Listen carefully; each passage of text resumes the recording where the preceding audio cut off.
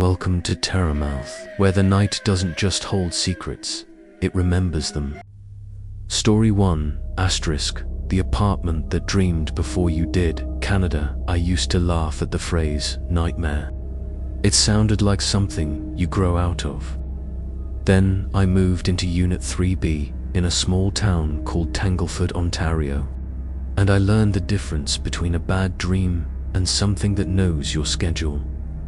Tangleford is one of those places where the main street has 2 traffic lights and both of them feel optional. The lake is close enough to smell in the morning, and the people at the grocery store remember what you bought last week. I took a contract job at the paper mill outside town. Night shifts. Good pay, cheap rent. I picked the first place that answered. The building was an old brick walk-up behind the pharmacy. 4 units, 1 narrow stairwell, and a lobby that always smelled like dust and peppermint. The landlord, a man named Gary, handed me keys and acted like he wanted to leave before the conversation got personal. Quiet building, he said. No parties, no pets, and don't mess with the fire door on the 3rd floor. What fire door? I asked. He didn't answer the question. He just looked at his watch like time could save him. If you need anything, he said, call daytime. Then he was gone. Unit 3B had slanted ceilings and radiators that ticked like they were trying to talk. The bedroom window faced the alley. At night, light from the pharmacy sign threw a green glow across the wall. I told myself it was fine. I needed sleep more than I needed a view. The first night, I fell asleep fast. I dreamed I was still awake. I was in my bed, staring at the green light on the wall. The radiator clicked. The hallway outside was silent. Then I heard footsteps on the stairs, slow and careful, stopping on my floor. A key scraped in a lock. Not my lock. The lock across the hall, Unit 3A. There was a tiny pause. Then a second scrape, like whoever it was had turned the key wrong and tried again. The door opened. A soft sound followed, like wet fabric dragging across wood. Something moved in the hall, not rushing, not sneaking. It moved like it owned the space. It stopped outside my door. I could not move.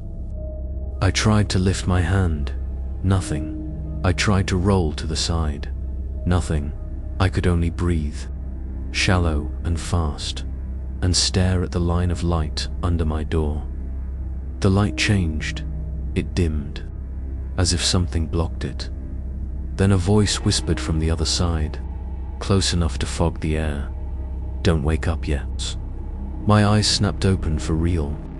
My body jerked so hard, my shoulder cramped. The hallway was quiet. No footsteps, no key, no voice. I checked the time on my phone. 2:11 a.m. I lay there listening, waiting to hear a neighbor's TV, a toilet flush, anything normal. Nothing came. I finally fell asleep again close to dawn, and I blamed the dream on stress. The next day, on my way to the mill, I passed the pharmacy and bought coffee. The cashier, a young guy with tired eyes, asked where I lived. Behind here, I said. That brick building. He stopped moving. His hand stayed on the register. Which unit? He asked. 3B. His eyes flicked toward the back door, like he expected something to step in. You work nights? He asked. Yeah. He nodded once, too stiff. Try to sleep with music, he said. No silence. Then he gave me my change, like he wanted the conversation over. That afternoon, I tried to nap before my shift. I put on a podcast and closed the curtains. I fell asleep in minutes. I dreamed I was standing in the stairwell. The building smelled different in the dream. Damp, like wet concrete. The light above me was flickering, and the shadows between floors looked too deep, like holes. I walked up the stairs without choosing to. One step, then another. The air cooled with each floor. When I reached the third, I saw the fire door at the end of the hall. It was painted white, but the paint had bubbled in places, as if heat had tried to push through from the other side. A thin chain hung across it with a padlock.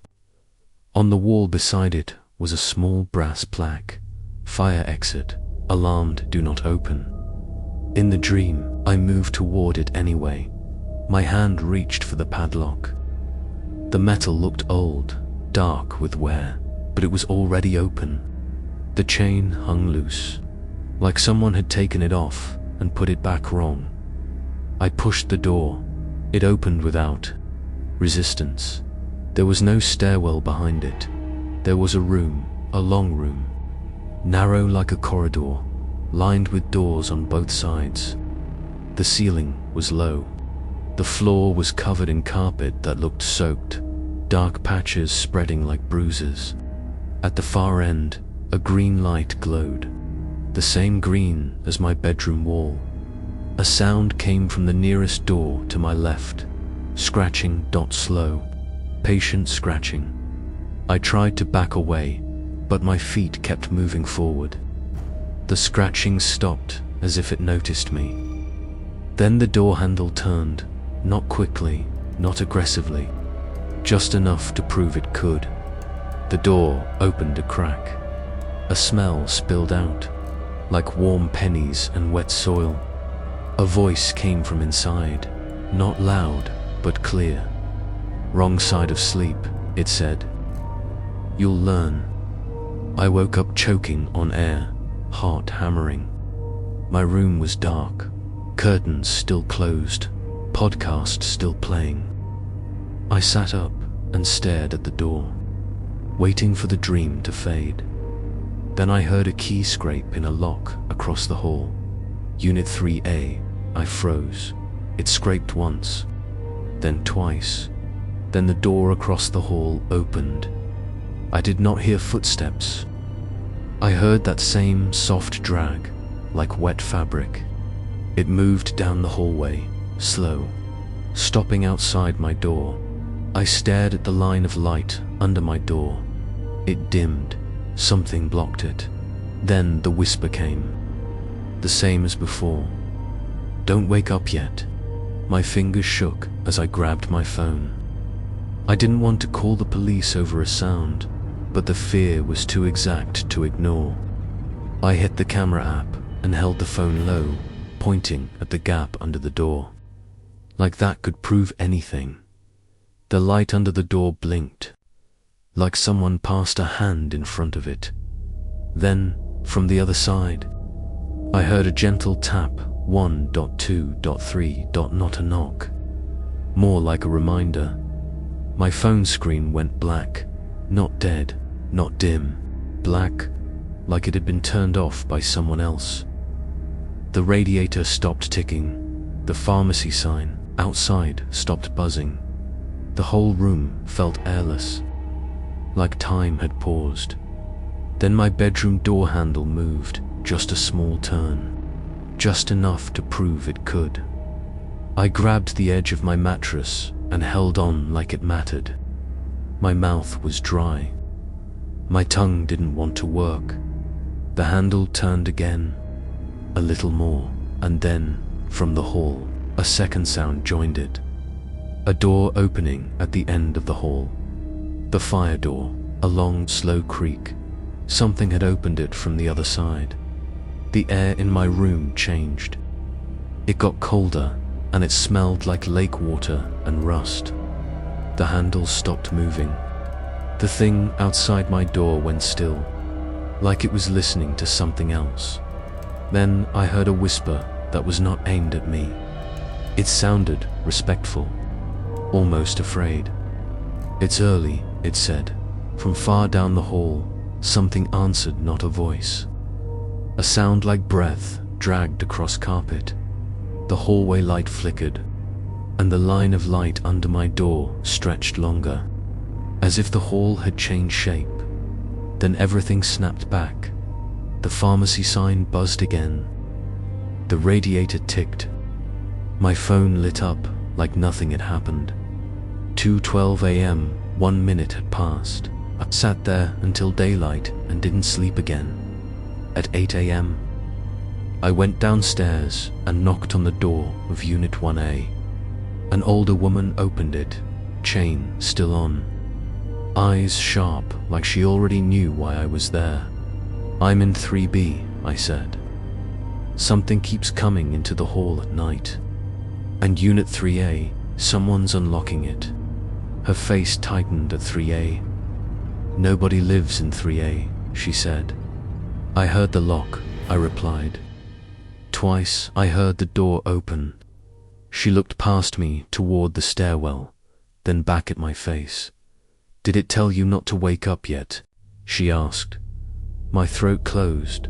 She nodded like my silence answered. "Come back when you're off shift," she said. "Before dark. We'll talk where it can't hear us well." Then she shut the door, chain rattling like teeth. That night at the mill, my hands slipped twice and I nearly caught my glove in a roller. The machines felt louder than usual, like they were trying to drown out a thought. At break, I sat alone in my car and tried to convince myself to leave town. Just go, break the lease. Eat the cost. My phone buzzed. Unknown number. I stared at it until it stopped, then rang again. I answered without thinking. A familiar whisper slid into my ear. "You're learning," it said. "Good. Tonight, you'll see the corridor." I tried to speak, but my voice came out thin. "Who are you?" A pause, like it enjoyed the question. "I'm the part of your sleep that doesn't belong to you," it said. "And your landlord forgot to warn you about midnight leases." The line went dead. When my shift ended, I drove back to town in the grey morning, gripping the steering wheel so hard my fingers hurt. The building looked normal from the outside. Brick, dark windows. No movement. But as I walked up the stairs, I noticed something that made my stomach drop. On the 3rd floor, the fire door chain was hanging loose.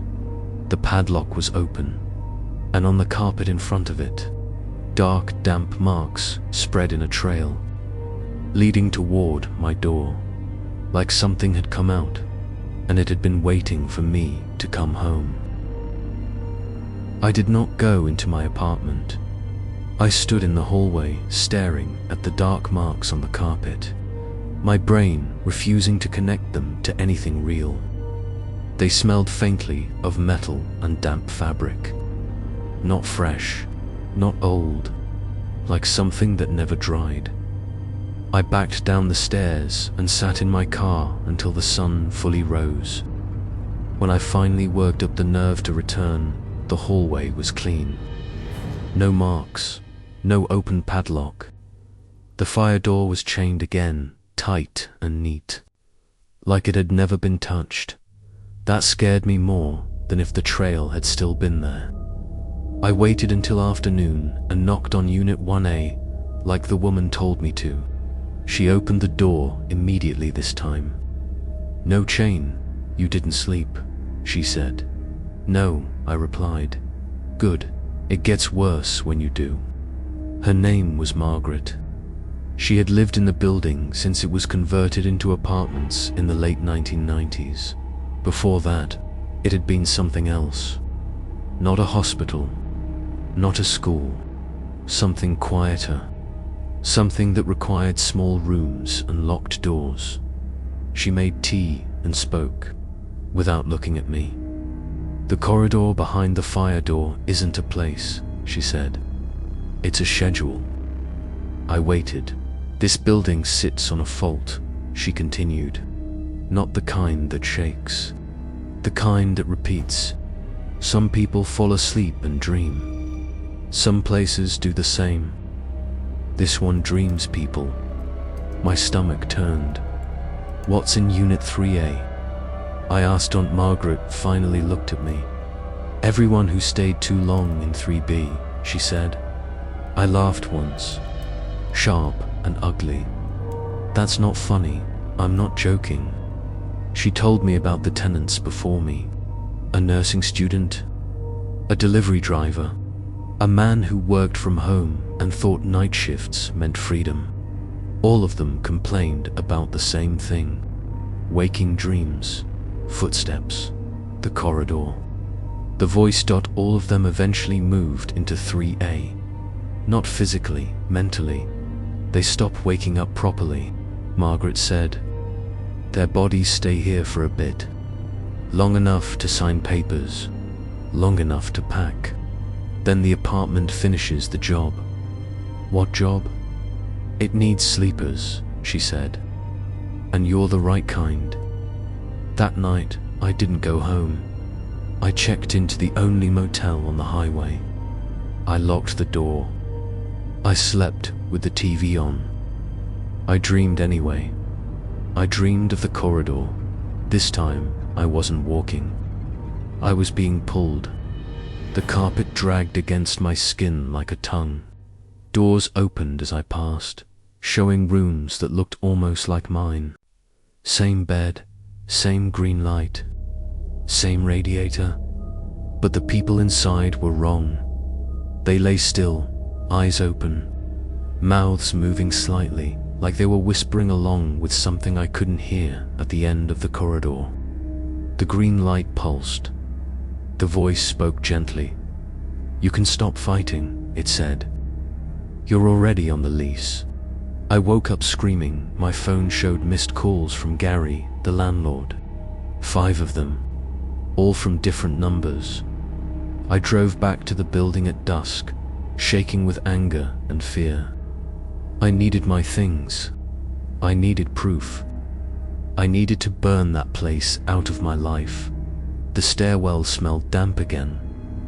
On the 3rd floor, the fire door was open.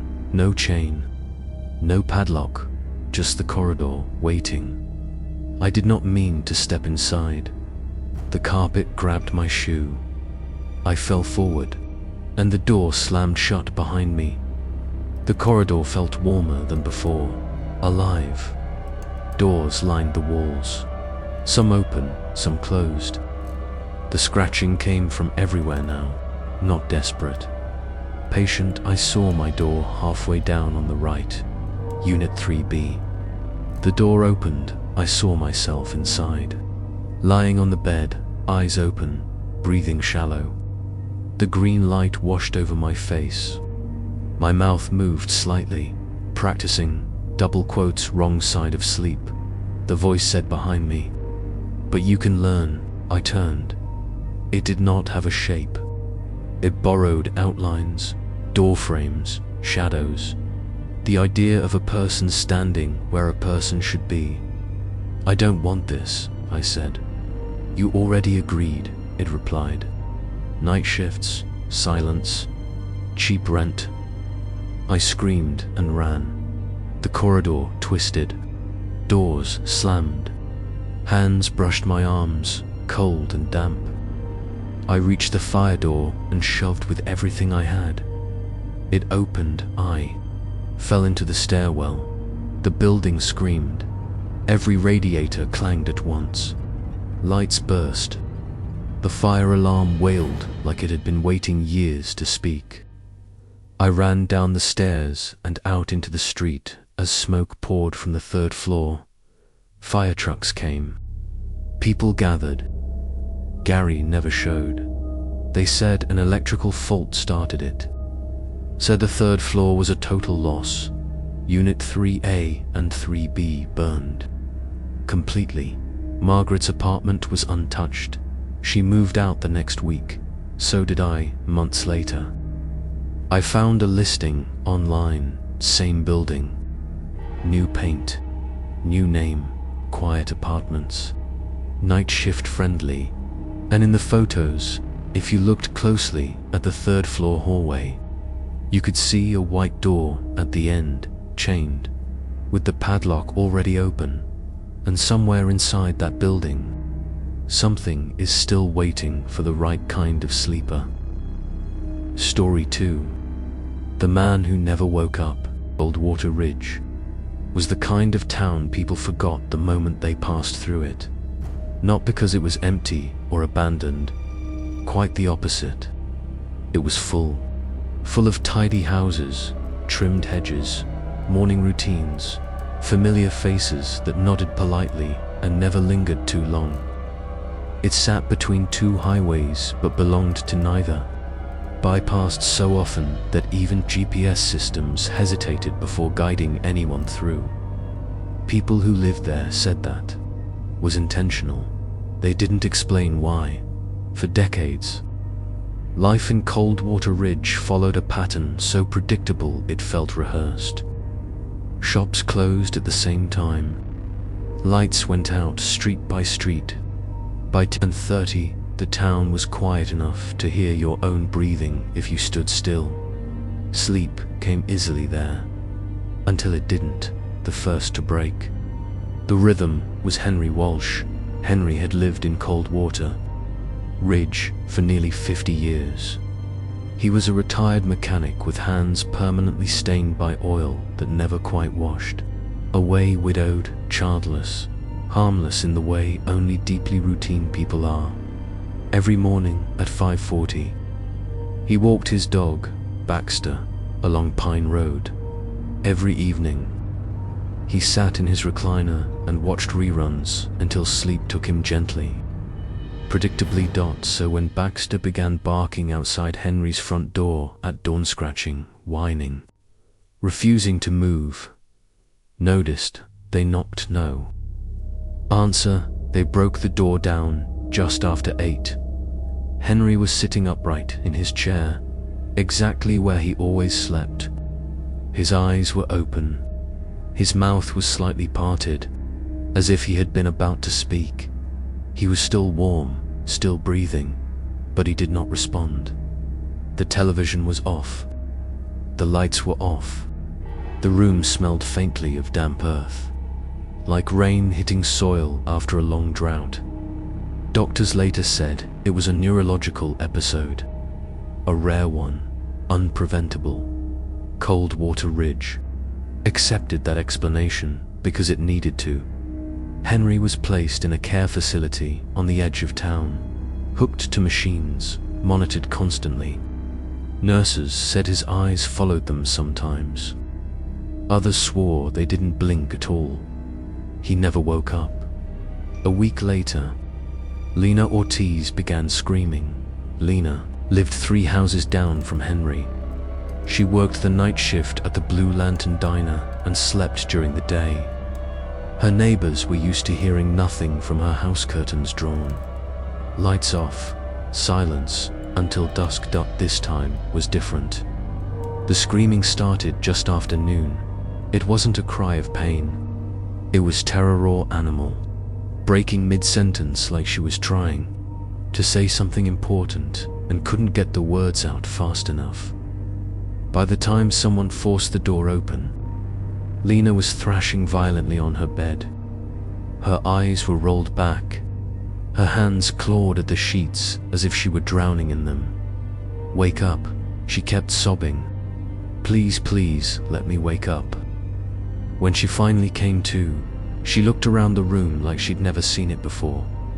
"I wasn't asleep," she said over and over. "I swear I wasn't." She described standing in her bedroom, watching herself lie on the bed. She described a presence behind her not touching her, not threatening her, just waiting. "It knew I could feel it," she said quietly. "That's what scared me. It wanted me to notice." Within days, others came forward. A high school student who said he dreamed of waking up in class and realizing no one else was breathing. A delivery driver who claimed the road outside his house stretched endlessly in his sleep, looping back to his own driveway again and again. An elderly woman who woke sobbing because she had spent the entire night trying to scream while something counted her breaths aloud. Always the same detail. They weren't trapped in nightmares. They were trapped in awareness. Sleep stopped being rest in Coldwater Ridge. It became something people prepared for, like surgery. Coffee sales spiked. Lights stayed on late. Radios played softly through the night. But exhaustion always won. And when it did, the dreams changed. Daniel Keene noticed first because he was trained to notice patterns.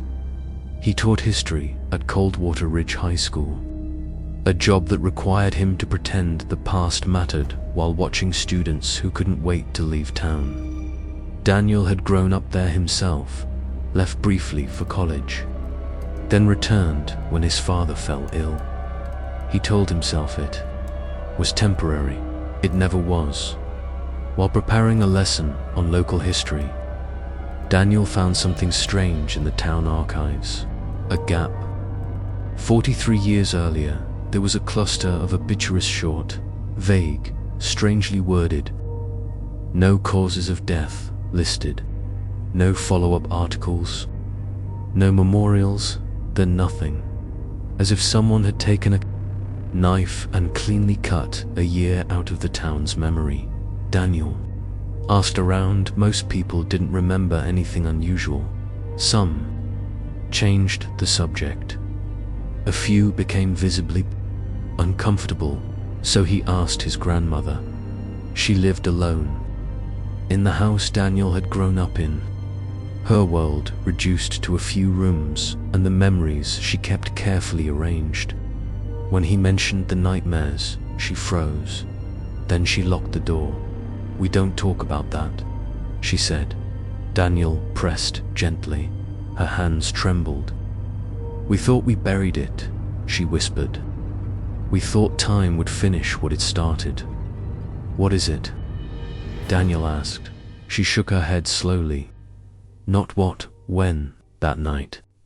Daniel had his first nightmare.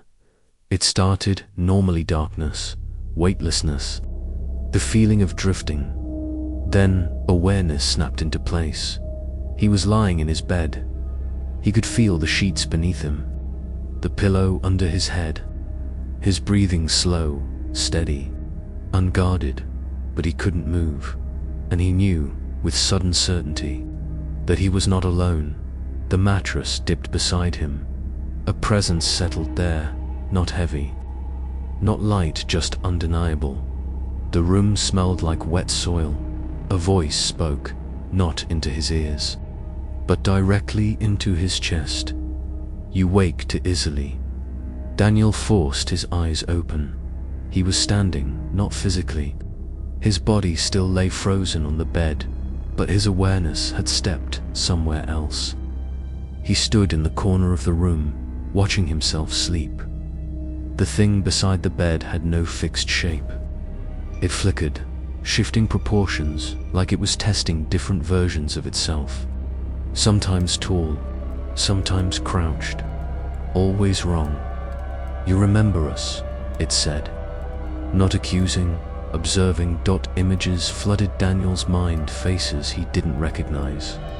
Streets he'd walked his entire life, suddenly unfamiliar. Hands pressing down into dirt. "We stayed," the thing whispered. "You forgot." Daniel woke screaming. Outside, every porch light on his street was on. People stood on their lawns in silence, staring toward nothing in particular. No one spoke. No one asked questions by morning. Lena Ortiz didn't open the diner. They found her sitting at a booth, hands folded neatly on the table. Her eyes were open. Her chest rose and fell steadily. Alive, breathing, gone. Doctors called it a coma. Daniel noticed something else. Her reflection in the diner's window blinked and smiled. Coldwater Ridge began to understand the truth that had buried decades ago. The nightmares were not illness, not coincidence, not imagination. They were return visits, and this time, Whatever had been left behind was not willing to stay asleep. Coldwater Ridge did not announce its secrets. It let them surface slowly, the way bodies did when buried improperly. After Lena Ortiz was found breathing but empty, the town stopped pretending this was coincidence. People spoke in hushed fragments now. Conversations cut short when someone unfamiliar walked by. Doors locked earlier. Windows stayed covered. Not to keep things out, but to keep reflections from being seen. Daniel Keene didn't sleep. Every time exhaustion pulled him under. He felt it again, that pressure on the mattress, that smell of wet soil, that certainty of being watched from a place just beyond sight. He learned quickly how thin the line was between waking and whatever came next, and he learned something worse. The thing wasn't visiting randomly, it was checking. Daniel returned to the archives and dug deeper than he ever had before. Old microfilm reels, handwritten town ledgers, church records that had never been digitized. What he found made his stomach not dot 40-3 years ago. Coldwater Ridge had experienced a sleeping sickness. That was the term used. People fell asleep and didn't wake up. Not all at once. One by one. Always quietly. Always at night. Families were told their loved ones were alive, just unreachable. Hospitals filled. Care facilities overflowed. Eventually, there was no room left, and then suddenly it stopped. No cure recorded, no explanation given, just a return to normal. Except normal never truly came back. Daniel found a transcript from a closed town meeting held during that year. It was incomplete, portions blacked out by hand, but one line remained untouched, written shakily at the bottom of the page. If we let them wake fully, it will wake with them. Daniel took the document to his grandmother. She didn't ask how he found it. She only closed her eyes and said, "We were supposed to forget." She told him everything when the first people stopped waking up decades ago. Doctors blamed stress, chemicals, even mass hysteria. But those explanations collapsed quickly. People in comas began reacting to things that weren't. They're tracking movement with their eyes, flinching at empty air, smiling at corners of rooms. Then came the recordings. Nurses swore, the patients whispered while asleep. Not words, numbers, sequences, counts that reset if interrupted. A local priest suggested something radical. Sleep, he said, was not passive, it was a doorway, and something had learned to use it. The town didn't believe him until the first patient woke screaming about the place beneath dreams. A place where awareness never shut off, where something ancient had been left behind when humanity learned how to wake itself. It feeds on attention. Daniel's grandmother whispered, "On knowing you're there, the more aware you are, the deeper it reaches." Coldwater Ridge made a choice. They stopped trying to wake people. They sedated them, quieted them, let their minds stay just shallow enough not to fully cross over. Those who remained awake, those who fought sleep, who questioned too much, became targets. The thing noticed them first. That's why it's back, Daniel said softly. His grandmother nodded. We forgot how to keep it sleeping that night. The power went out across town. No storm, no accident, just darkness. Daniel felt it immediately, the pressure, the stillness, the sense of being observed by something vast and patient. He knew with awful clarity that it was no longer visiting individual homes. It was settling in, people across Coldwater Ridge collapsed into sleep where they stood. In living rooms, on sidewalks, in cars stopped mid-street. Their bodies rested, but their minds slipped somewhere else. Daniel fought it. He swallowed coffee grounds dry, dug his fingernails into his palms until blood welled, focused on pain, movement, sensation, anything to stay anchored, but even awake. He could hear it now, a sound like breathing beneath the town itself, slow, rhythmic, satisfied, drawn by instinct more than logic. Daniel went to the old care facility on the edge of town. Henry Walsh lay exactly where he had been placed months earlier. Machines hummed. His eyes were open wider now, pupils dilated impossibly, tracking something that moved along the ceiling. Daniel leaned close. "Henry," he whispered. "Where are you?" Henry's lips moved. Not sound, not breath. Images flooded. Daniel's mind, a vast underground space made of memory instead of stone.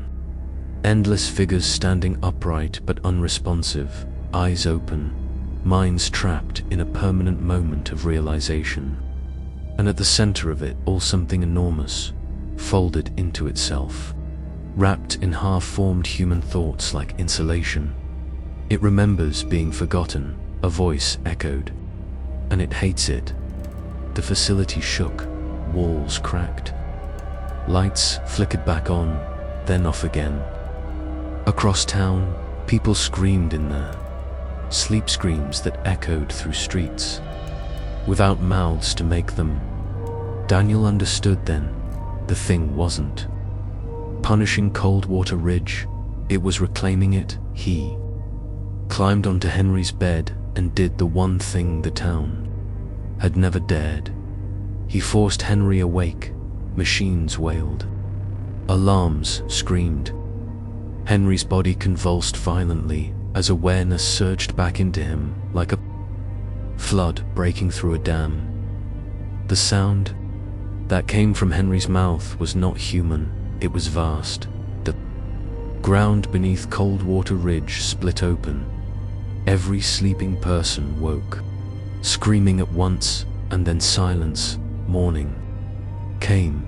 Coldwater Ridge still stood, but something fundamental was gone. People woke, confused, shaken, hollow-eyed but present. The comatose stirred. Some spoke, some cried, some stared into nothing, forever changed but awake. Henry Walsh was dead.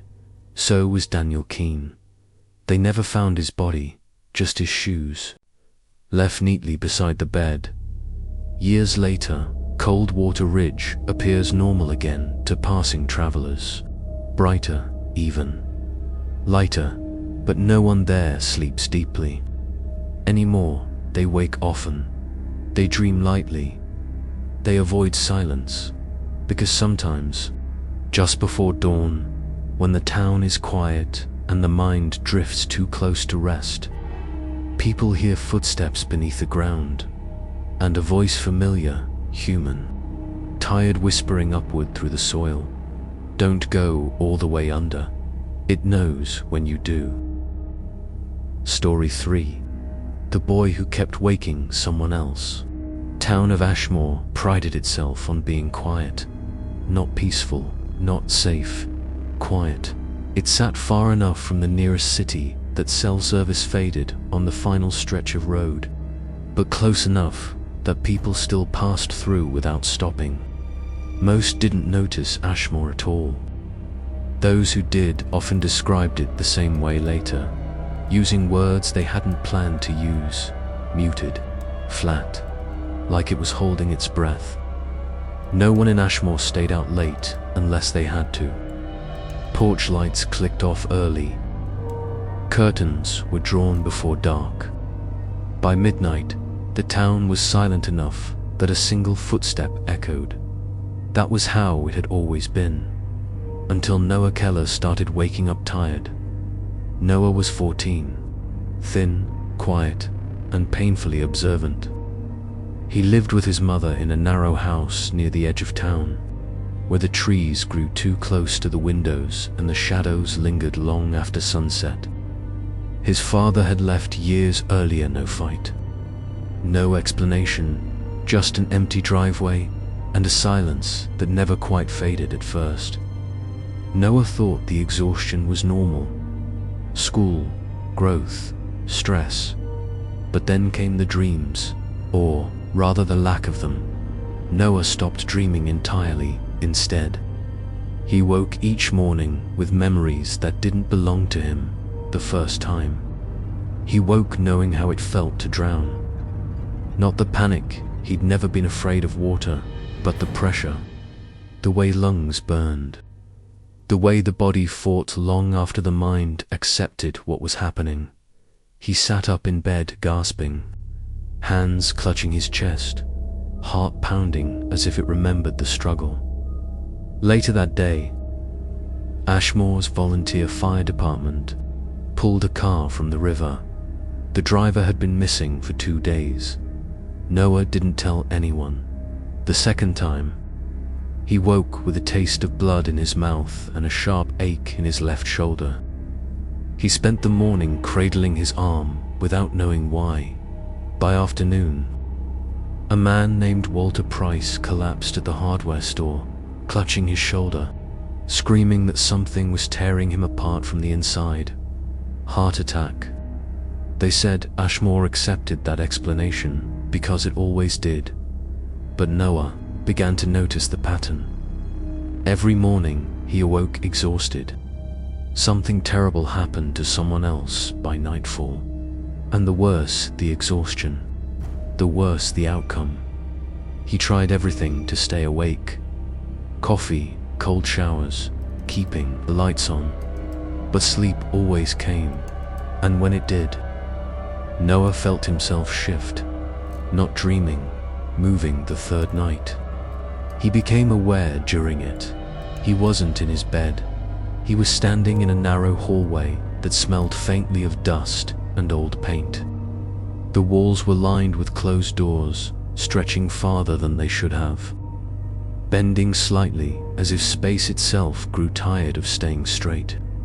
A single light flickered overhead at the far end of the hall. Someone was sleeping. A man he didn't recognize. Noah understood instinctively what this place was. Not a dream, a threshold. He stepped closer, heart racing. With each step, the air thickened. His limbs felt heavier, like gravity was increasing in increments. The man's breathing echoed unnaturally loud, every inhale scraping through the hallway like wind through broken glass. Noah reached out hand, woke up screaming. The next morning, the man from the hallway was dead, found in his bed. No cause, no struggle, just gone. Noah broke. He told his mother everything. She listened in silence, face pale, eyes hollowing with every word. When he finished, she didn't laugh, she didn't argue. She locked the door. "I was hoping it skipped you," she whispered. That was when Noah learned the truth about Ashmore. It had happened before, decades ago. Children had started complaining of exhaustion, of waking up tired no matter how long they slept, of knowing things they shouldn't. Back then, the town doctor called it shared stress. The priest called it night terrors, but the older residents knew better. They called it passing the wakefulness, a phenomenon where one mind stayed aware while another slept too deeply.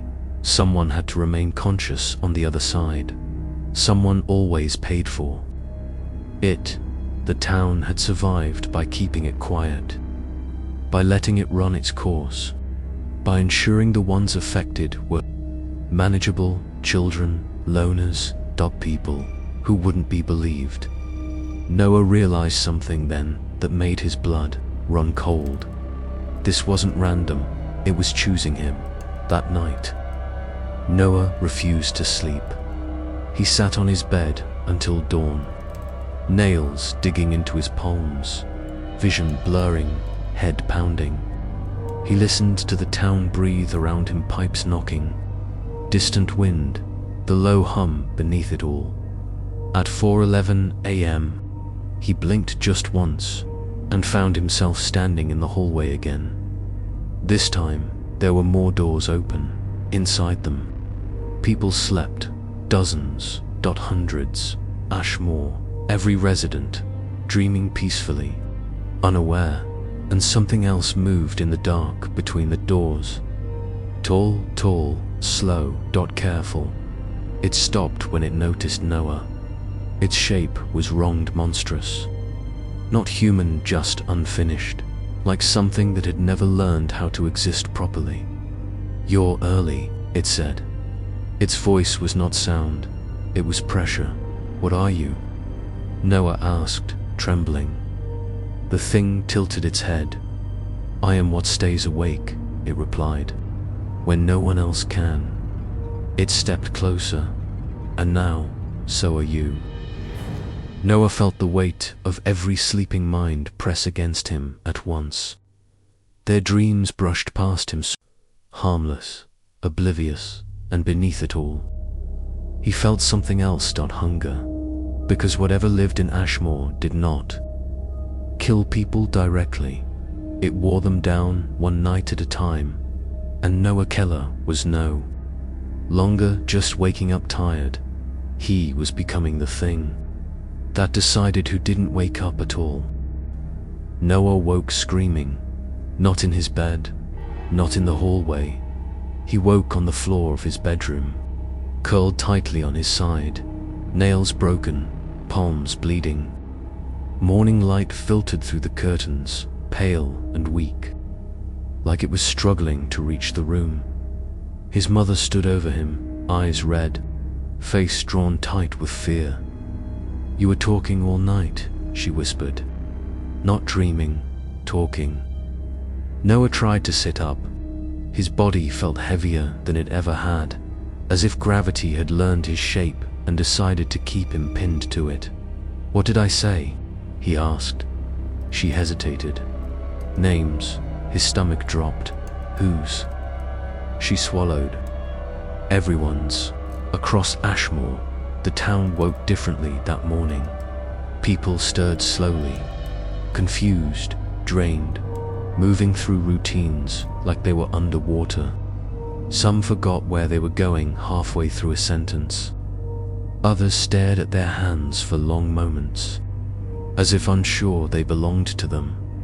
3 people didn't wake up at all, not dead, breathing but unreachable.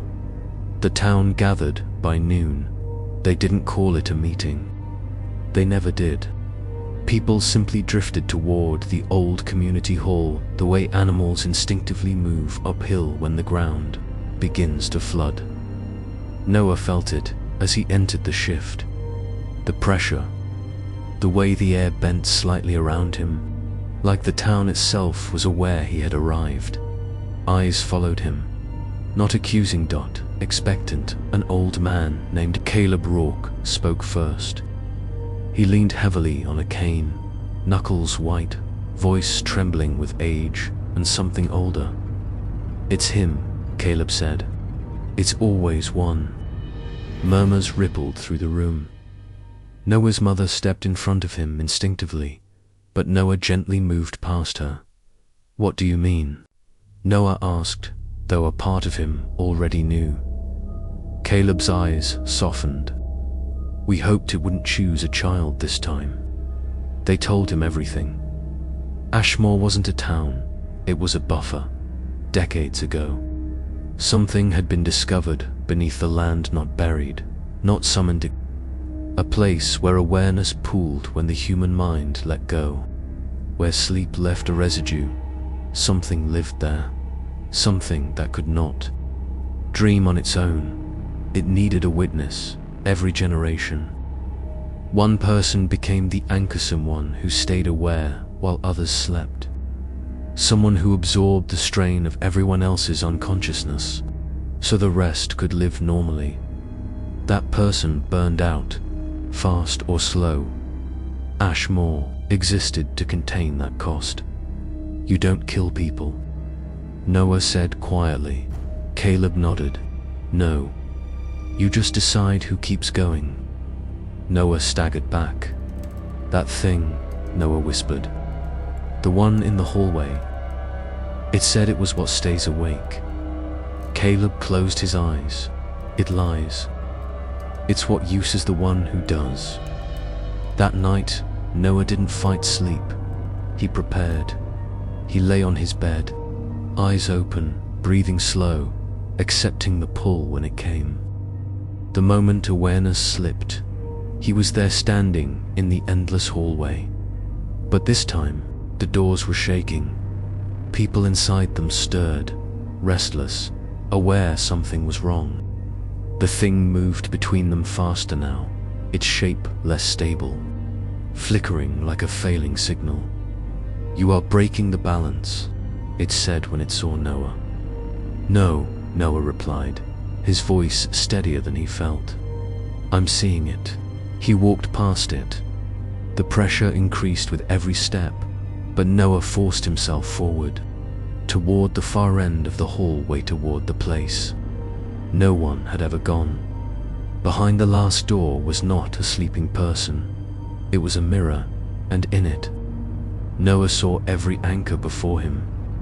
Children, teenagers, adults, all standing where he stood now, all exhausted, all slowly hollowed out until nothing remained but the function they served. The thing screamed then, not in anger, but panic, because Noah understood. Ashmore didn't need a keeper, it needed a choice. Noah turned back. I won't do this, he said. Not like you want. You will collapse, the thing hissed. They will suffer. Then they wake up, Noah said. He reached out and pulled. Every door flew open at once. Across Ashmore, people woke, screaming, not trapped, not confused, but present. The weight lifted. The hum beneath the town shattered. The thing convulsed, its form unraveling as the awareness it fed on scattered back to where it belonged. You don't get to stay awake anymore, Noah told it. The hallway cracked. Light poured in. Morning came hard and fast. Ashmore changed overnight. The comatose woke confused, shaken, alive. People remembered dreams they hadn't had in years. Sleep returned, lighter but honest. Noah didn't wake up. They found him in his bed, peaceful, breathing slow and even. Doctors said it was a coma. The town knew better. Noah hadn't been taken. He had gone where no one else would. Years later, Ashmore still exists, but it no longer feels muted. Children sleep deeply, people dream, and sometimes, just before dawn, someone will wake feeling watched, but safe. Because somewhere beneath awareness, beneath sleep, beneath the place where fear used to live, a boy is still awake. Not to protect the town, but to make sure it never needs protection again. Story 4. The night everyone woke somewhere else. First person to notice something was wrong was Daniel Moore. And even then, he didn't understand what was wrong, only that it felt irreversible. Daniel woke up choking on the taste of soil, cold. Damp earth filled his mouth. His fingers clawed instinctively, scraping against something rough and splintered. Panic surged through him as he realized he wasn't in his bed. He was lying on his side, half curled, pressed into a space too narrow to stretch his legs. The air was stale, old, and tasted like rot. When he pushed upward, his knuckles struck wood, a lid. Daniel screamed, the sound ripping out of him until his throat burned. He slammed his fists upward again and again, nails tearing, skin splitting. Dirt sifted down onto his face, clogging his nose. Then suddenly, the lid moved. Light poured in. Hands grabbed him. Daniel collapsed onto grass, gasping violently, coughing mud and blood. Shapes hovered above him, their faces pale and blurred through his tears. "You were just lying there," someone said shakily. In the cemetery, Daniel turned his head. He was. Rows of headstones stretched endlessly in the fog, their names unreadable in the dim morning light. His clothes were soaked and torn, as if he'd been dragged. "Where's my wife?" Daniel croaked. The people exchanged looks. You were alone by noon. For more residents of Pinehaven had been found in places they did not remember going to. A teenage girl woke up inside a locked school storage room, wedged between shelves that had been sealed for years. An elderly man was discovered in the riverbank mud, fingers dug deep into the ground as if he'd tried to pull himself out of the earth. A waitress woke up in the crawlspace beneath her own house, screaming for help while her family slept directly above her. Every single one of them said the same thing. They had gone to bed normally, and they had not dreamed. Sheriff Alan Briggs listened quietly as the stories stacked up. He'd lived in Pinehaven his entire life, long enough to know when coincidence stopped being coincidence. "What's the last thing you remember?" he asked Daniel. Daniel frowned. "I don't know. I closed my eyes. Then I woke up there. No nightmares."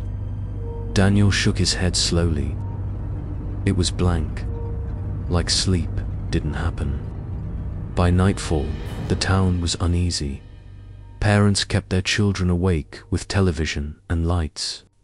People drank coffee until their hands shook. No one wanted to be the next one to wake up somewhere impossible. Thus, when the calls started coming in, resident reporting sounds in the middle of the night, dragging, breathing movement. Inside walls that shouldn't have space. Inside them at exactly 3:17 a.m. Pinehaven lost power. The silence afterward was oppressive, thick enough to feel. No hum of electricity, no distant engines, just breathing, too much breathing. Megan Cross was awake when it happened. She was sitting on her couch, knees pulled to her chest, staring at the dark television screen when she heard it. From the hallway, footsteps, slow, bare. They stopped outside her bedroom door. Megan didn't move, didn't breathe. Something pressed against the door from the other side.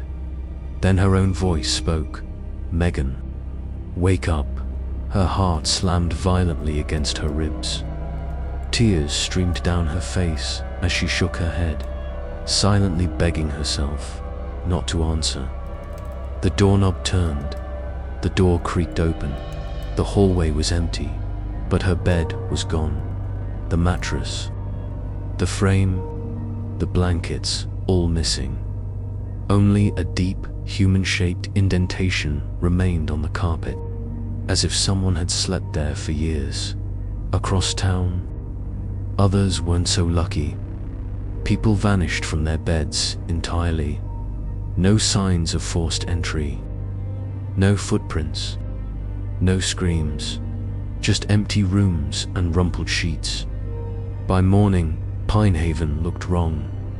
Doors stood open. Cars sat abandoned with engines cold. People wandered the streets in shock, some barefoot, some bleeding, some sobbing without understanding why. And then the first body was found in the old, abandoned motel at the edge of town, the one that had been closed for decades. Inside room 6, 5 residents lay side by side on the floor, arranged neatly as if placed there. Their eyes were open, their faces calm. They looked rested. The coroner's hands shook as he examined them. Cause of death? Someone asked. He swallowed hard. They didn't die, he said. They just stopped waking up. That night, the sheriff ordered everyone to stay awake, but Pinehaven learned something terrible. Staying awake didn't stop it, because whatever was taking them didn't need sleep.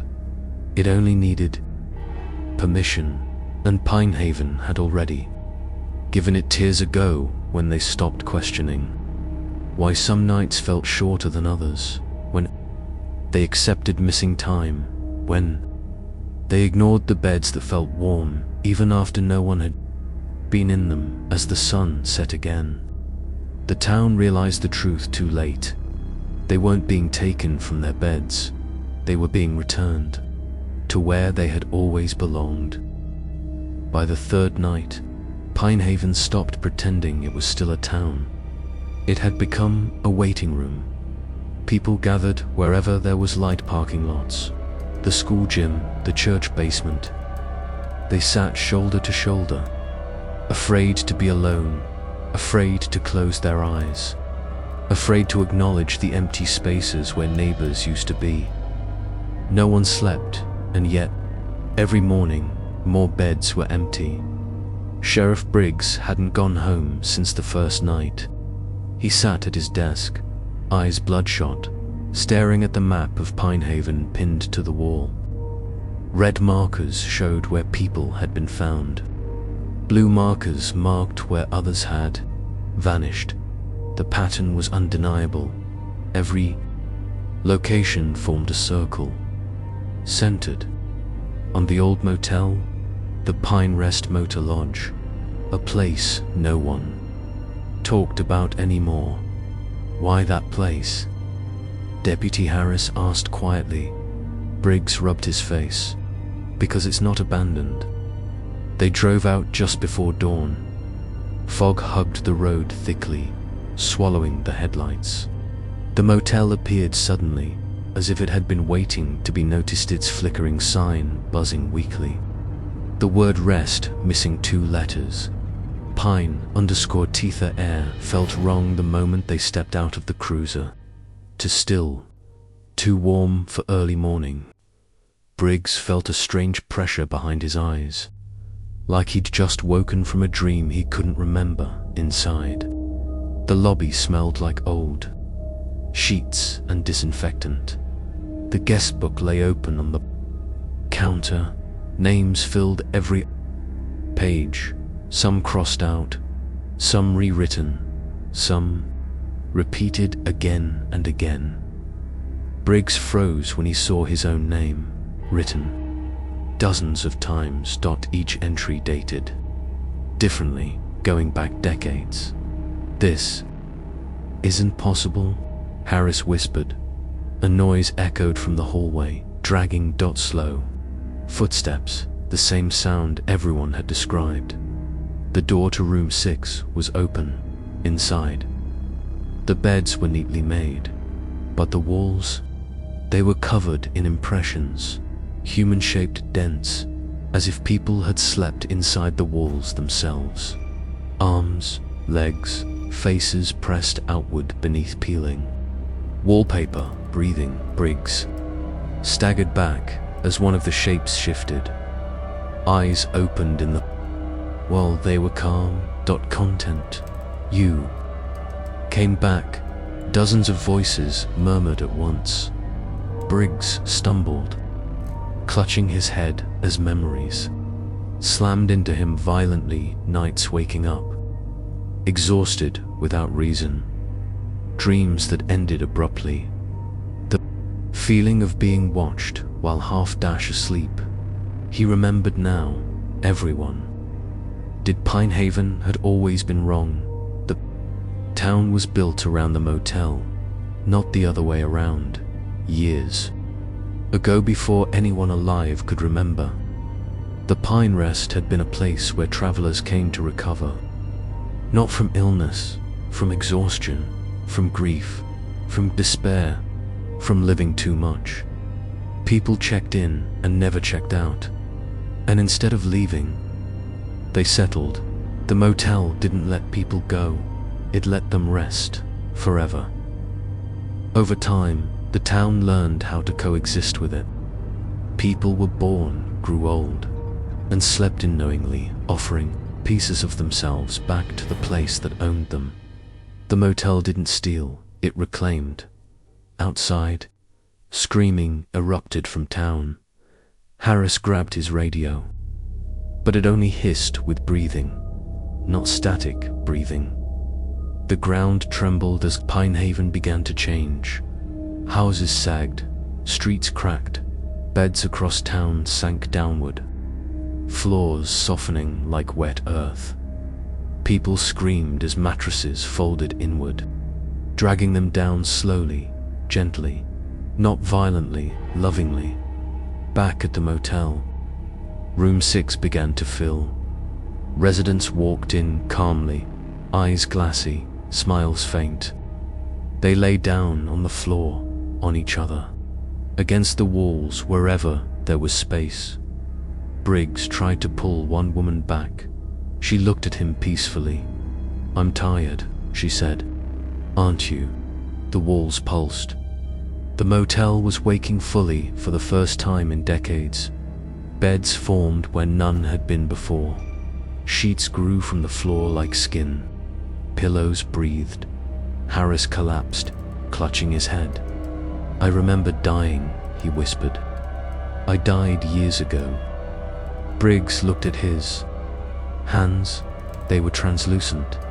He hadn't survived that car crash. None of them had. Wasn't a town, it was a dream. One sustained by people who never realized they'd already checked in.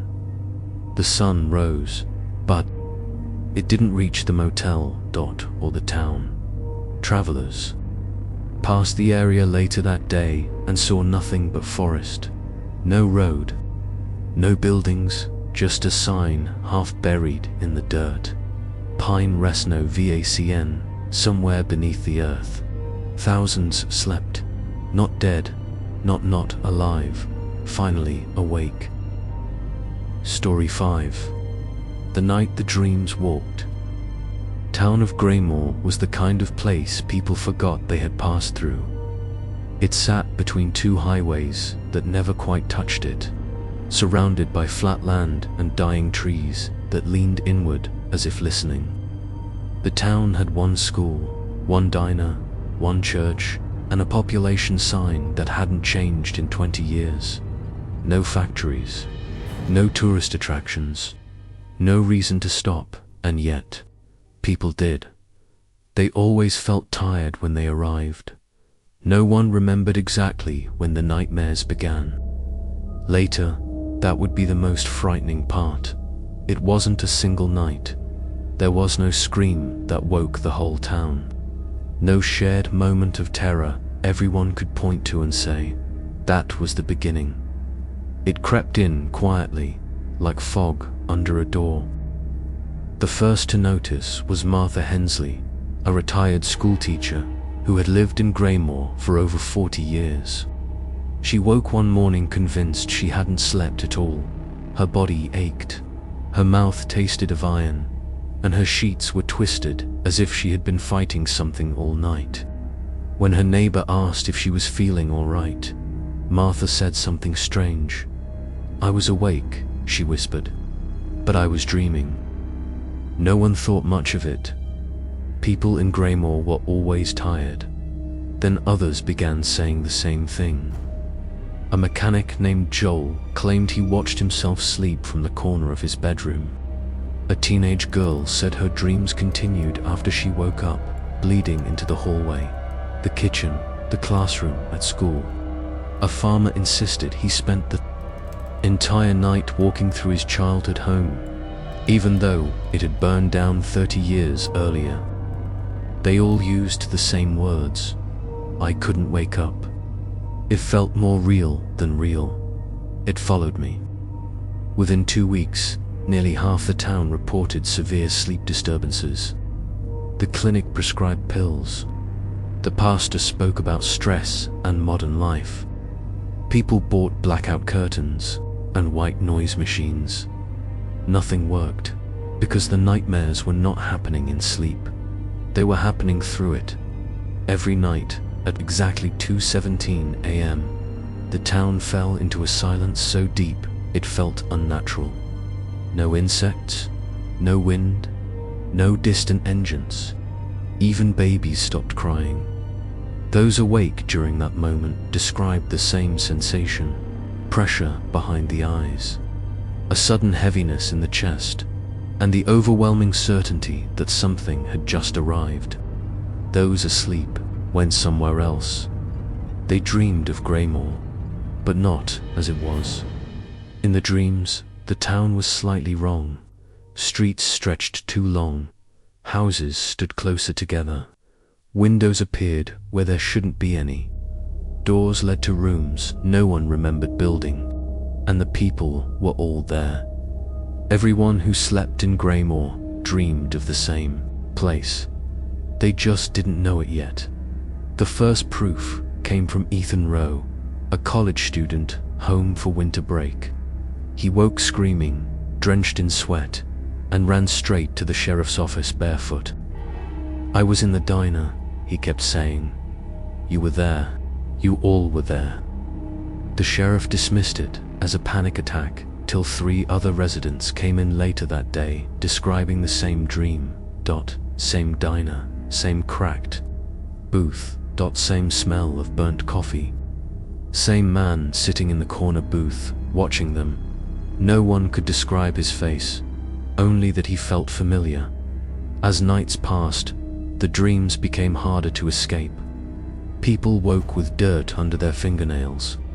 Bruises shaped like handprints bloomed across arms and necks. One woman woke up missing a tooth she distinctly remembered losing in a dream. Fight. People began avoiding sleep. They gathered at night in the gym, the church, the diner, anywhere with lights and noise. Coffee pots never stopped brewing. Radios played endlessly. Parents shook their children awake every few minutes, terrified of what would happen if they slipped too far under. Still, at 2:17 a.m., it always found them. Not everyone woke up after. The first death was ruled a heart attack. An elderly man was found sitting upright in his bed, eyes wide open, mouth frozen mid-scream. His heart had simply stopped. No signs of struggle, no toxins, no explanation. The second death was a teenage boy who never woke at all. They found him breathing, warm, alive, but unreachable. His eyes fluttered beneath closed lids, as if watching something terrible unfold. Doctors called it an extreme coma, but his lips moved. He was whispering names of people still alive. By the end of the month, Greymore was unraveling. Sleep deprivation drove people to paranoia. Fights broke out. Families fractured. Some residents fled town entirely, only to report that the dreams followed them for nights afterward until they returned. Greymore did not let people go easily. Martha Hensley stopped sleeping altogether. She sat at her kitchen table night after night, writing everything she remembered from her dreams. Streets that didn't exist, buildings that shouldn't stand, conversations she didn't recall having until she heard someone else repeat them verbatim the next day. One night, she wrote something that made her stop breathing. They're building something. In the dreams, construction had begun near the edge of town. No one knew what it was. Every night, it grew larger. Every night, more people were drawn toward it, compelled to watch, compelled to help, compelled to remember something they had forgotten. The man in the corner booth appeared more often now. He smiled when he saw them. "You're almost awake," he said. And somewhere, deep beneath more, something listened, patiently waiting for the night when no one would be able to wake up at all. The night Greymore finally collapsed, no one tried to stay awake. They were too tired, too hollow, too ready. At 2:17 a.m., the silence returned, deeper than ever before. Even the generators powering the gym flickered and died.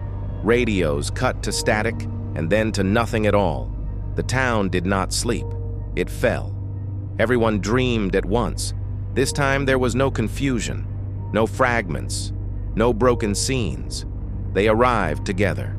Graymore stood whole in the dream, clearer and more solid than it ever had in waking life. The streets were straight, the buildings complete.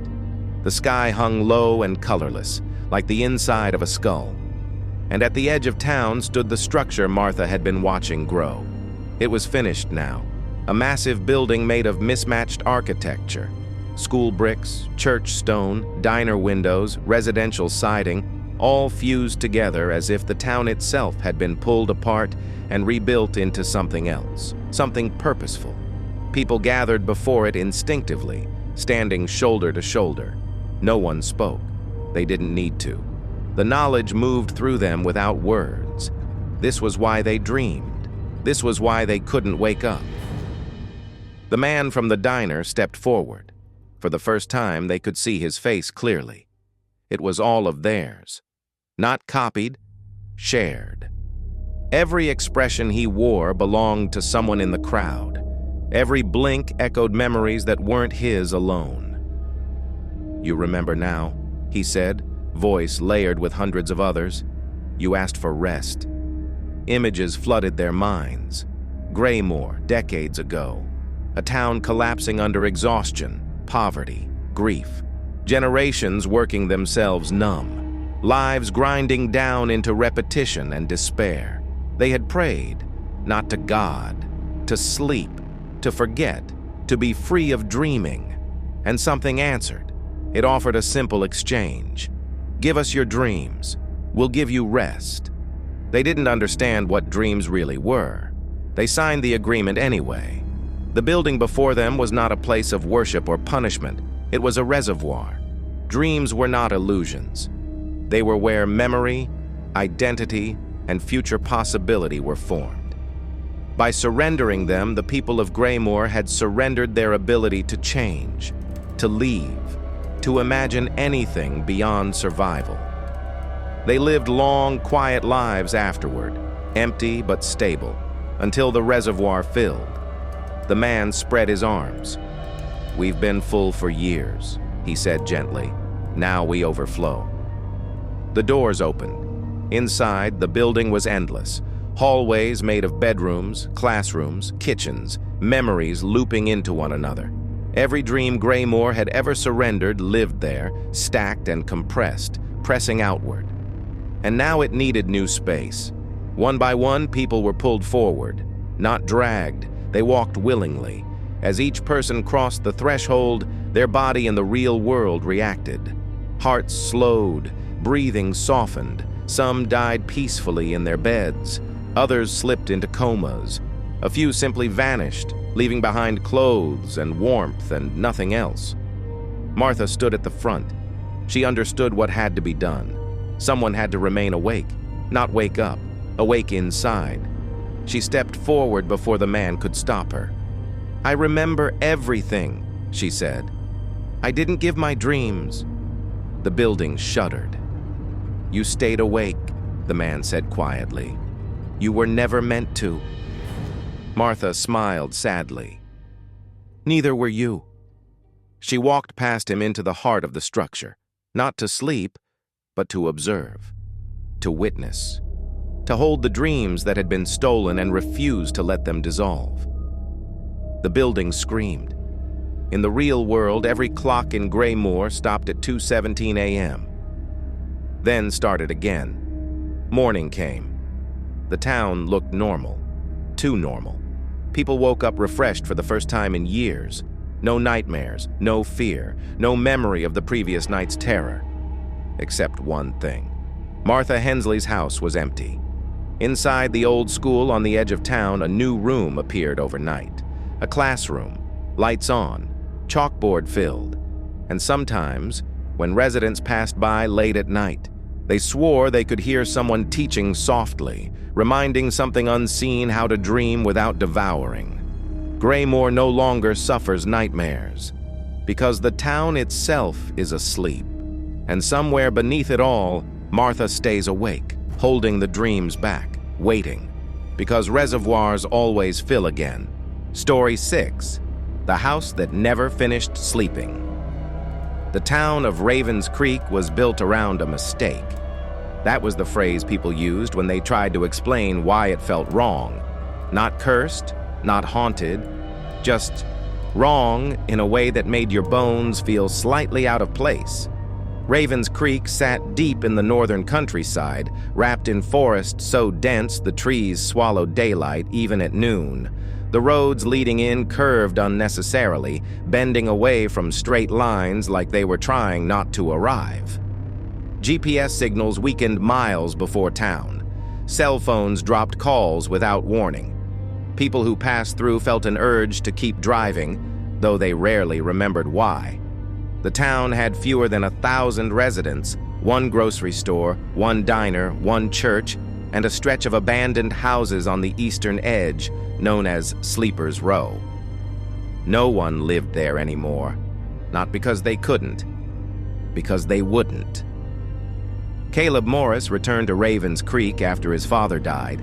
He told himself it would be temporary, just long enough to sort paperwork and sell the old family home. But grief slowed everything, and when money tightened, a rental on Sleepers Row seemed like a miracle. 2 stories, fully furnished, almost free. The landlord, Eldon Pike, handed over the keys without meeting Caleb's eyes. His hands shook slightly. "Just one thing," Eldon said. Caleb waited, smiling politely. "Don't try to fix the house if it changes." Caleb laughed. Eldon didn't. The first night, Caleb slept harder than he had in years. Too hard. The kind of sleep that presses down on your chest. He dreamed he was awake, lying on the couch, staring at the ceiling fan. It wasn't spinning, yet the shadows on the ceiling shifted slowly, rearranging themselves like thoughts forming without permission. Then he heard breathing. Not his. It came from the hallway, slow, deliberate, practiced. Caleb tried to move. His arms felt buried beneath weight that didn't exist. His jaw locked, his eyes burned, stuck open. Footsteps approached, bare feet against wood. They stopped beside the couch. Something leaned over him close enough that its breath warmed his face. A voice spoke directly inside his head. "Don't finish waking up." Caleb screamed himself awake. The house was silent, the fan still. His body soaked in sweat, heart hammering like he'd been running. The clock read 3:33 a.m. He blamed stress, grief, sleep paralysis, every rational explanation he could find, until he mentioned it at the grocery store. The cashier, a woman named Ruth Calder, froze mid-scan when he casually mentioned the dream. Her eyes lifted slowly. "What did it say?" she asked. Caleb frowned. "What?" "In the dream," she said quietly. "What did it tell you not to do?" His throat tightened. "Wake up." Ruth set his groceries down carefully, like her hands had gone numb. "You're in one of those houses," she said. Sleepers Row. The dreams didn't stop. They changed. Sometimes Caleb dreamed he was standing in the hallway, watching himself sleep in the living room. Other times, he dreamed he was already awake, walking through rooms that felt slightly rearranged. Walls felt farther apart at night. Mirrors reflected him a fraction of a second late. Hallways seemed longer when the lights were off. The voice always returned. "Don't wake yet. You're almost done. The house needs rest." Each morning, waking became harder. His limbs felt heavy, like gravity had increased just for him. Coffee barely helped. Sleep felt like falling into warm mud. Ruth invited him to the diner after closing one night. She didn't turn on all the lights. "It listens better after sunset," she said. She told him Sleepers Row was built 25 years ago by a private developer promising perfect rest. Soundproof rooms, temperature-controlled foundations. Homes designed to remove stress entirely. People moved in exhausted, burned out, desperate. At first it worked, too well. Residents slept for 12, 14, 16 hours. They stopped dreaming, stopped remembering dreams, stopped wanting to wake up. Then people were found standing motionless in hallways at night, unresponsive, eyes open, crying if touched. Doctors called it sleep disorders. Psychologists called it mass hysteria. But the houses were never condemned. They were abandoned because the residents didn't want to leave. They said the houses weren't finished sleeping, Ruth whispered. On the 7th night, Caleb found a door at the end of the upstairs hallway. It hadn't been there before. Plain wood, no handle, no hinges, just a seam where the wall had been. The air around it felt warm, breathing. A whisper slid through the house without him falling asleep. "That's where we rest." The door pulsed once, like a heartbeat. Caleb backed away, shaking. The next morning, sirens wailed through Ravens Creek. A former Sleepers Row resident was found in her apartment downtown, sitting upright in bed, eyes open, heart stopped. Doctors said her brain activity suggested she was still dreaming. Her last words to a nurse echoed through town by afternoon. "The house followed me." That night, Caleb refused to sleep. He drank coffee until his hands trembled. At 3:33 a.m., the house breathed anyway. Walls expanded slightly. Floors vibrated like a chest rising. The voice returned, no longer patient. "You can't stay awake forever." The door upstairs creaked open by itself. Inside was darkness, and the sound of many people sleeping together, waiting. The house did not wait for Caleb to decide. The moment the door opened, the air changed. It thickened, heavy with warmth and a smell like clean sheets left too long in a closed room. The darkness beyond the doorway wasn't empty. It had depth, layers, like a tunnel carved from shadow. Caleb stood at the top of the stairs, every muscle screaming to run, yet rooted in place by the same force that had pinned him in his dreams. His heart beat too slowly now, each thud delayed, as if the house itself controlled the rhythm.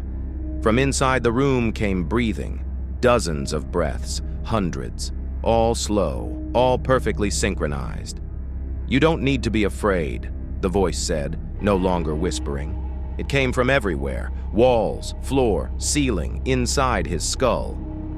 "You're tired. That's how this starts." Caleb backed away, his heel hitting the stair behind him. The wood felt soft, almost spongy. "I'm leaving," he said aloud, forcing the words through dry lips. The house creaked, not in protest, in disappointment. "You already tried," it replied gently. "Every night you wake up just enough to think you have a choice." The lights flickered on their own. Not fully, just a dim amber glow that made the hallway look longer than it should have been. The door at the end of the hall widened, stretching vertically, like a mouth learning how to open. Inside he saw them, people, standing, sitting, lying down, all arranged carefully, like furniture. Some were upright against the walls, eyes open, faces blank. Others lay on the floor as if mid-nap, arms folded, mouths slightly open. Their chests rose and fell together, perfectly timed. He recognized a few. A man from the grocery store, a woman he'd seen once at the diner, older faces, younger ones, all residents of Ravens Creek, all asleep, but not dreaming. Sleepers Row was built to help people finish resting, the house said. But rest is a process, and people kept waking up too soon. Caleb felt tears burn his eyes. This isn't rest. This is stealing. The breathing in the room stuttered for the first time. "No," the house corrected. "This is preservation." The walls trembled, and suddenly Caleb wasn't in the hallway anymore. He stood inside the room, the door behind him sealed without a sound. The floor was warm beneath his feet, pulsing faintly. The ceiling was low, pressing down. The air hummed with shallow dreams that never reached thought. Figures lined the walls in rows, each with faint lines running from their temples into the walls themselves, like veins or roots. People come here broken, the house continued, burned empty by living. They ask for sleep. I give it. I keep it going when their bodies forget how. Caleb stumbled backward and hit something solid. A woman. Her eyes were open. Ruth called her. Her mouth moved without sound. Help. He grabbed her shoulders and shook her. Her head lolled, but her gaze stayed locked somewhere far beyond him. You can't wake them, the house said. They're finished waking. Caleb's chest tightened as realization set in. Sleeper's Row hadn't been abandoned. It had been completed. The house shifted, guiding him gently toward an open space at the center of the room. The floor there dipped inward, shaped perfectly to receive a body. No, he whispered, digging his heels in. You're exhausted, the house replied. You haven't slept properly in weeks. You don't dream anymore. That's the last stage before acceptance. Images flooded his mind. His childhood bedroom, his father's hospital bed. Long nights staring at ceilings, wondering when life had become nothing but endurance. The house knew him. You don't want to wake up anymore, it said kindly. You just haven't admitted it? The pressure increased. His knees buckled. From somewhere close, another voice joined in. Not the house. Human. I tried to fight too. Caleb turned. A man stood nearby, not fully asleep, his eyes focused, his breathing uneven. I thought I could stay awake forever, the man said. But the house waits. It's patient. You get tired of resisting before it gets tired of asking. Caleb shook his head violently. There has to be a way out. The man smiled sadly. There was, once. The lights flickered, and for a brief moment, the room changed. Caleb saw fire, flames crawling along Sleeper's Row, people running, sirens wailing, houses screaming, not from burning, but from being interrupted. The town tried to destroy them, the man continued. But the houses don't burn right. They don't die. They just sleep deeper. The room snapped back to darkness. You don't have to suffer, the house said. You can rest, forever if you want. The floor beneath Caleb softened. He screamed and threw himself forward, running blindly through the rows of sleepers. Hands brushed his arms, not grabbing, just guiding, like sleep itself pulling him down. Then he saw it. A crack, a flaw. One sleeper lay differently from the others, a woman curled on her side, fingers twitching faintly. Her eyes flickered. She was dreaming. Caleb lunged toward her, shaking her hard. "Wake up!" he shouted. The house roared. The walls flexed inward. The breathing turned ragged. The sleepers convulsed in unison. The woman gasped, eyes snapping open. Light exploded. Caleb woke on the living room floor, choking on air. Sunlight streamed through the windows. Birds screamed outside like they'd been silent for years. The house was still, too still. He scrambled to his feet and ran outside. Sleeper's Row looked normal. Empty houses, quiet street. But in the distance, sirens wailed. News spread fast. Multiple residents of Ravens Creek were found awake in the night, screaming, confused, disoriented, but alive. Some remembered nothing. Some remembered everything. Sleeper's Row was finally condemned. Bulldozers arrived weeks later. They demolished the houses one by one, except one, Caleb's. Every time they tried, machinery failed. Operators fell asleep at the controls. Tools vanished. Walls refused to break. Eventually, the town fenced it off and pretended it didn't exist. Caleb left Ravens Creek. Years passed. He sleeps poorly now, always has. Sometimes at exactly 3:33 a.m., he wakes with the certainty that somewhere a house is breathing without him. And sometimes, just before morning, he hears it whisper from the edge of his dreams. We didn't finish resting. Thanks for watching. Like, comment, and subscribe. Terramouth.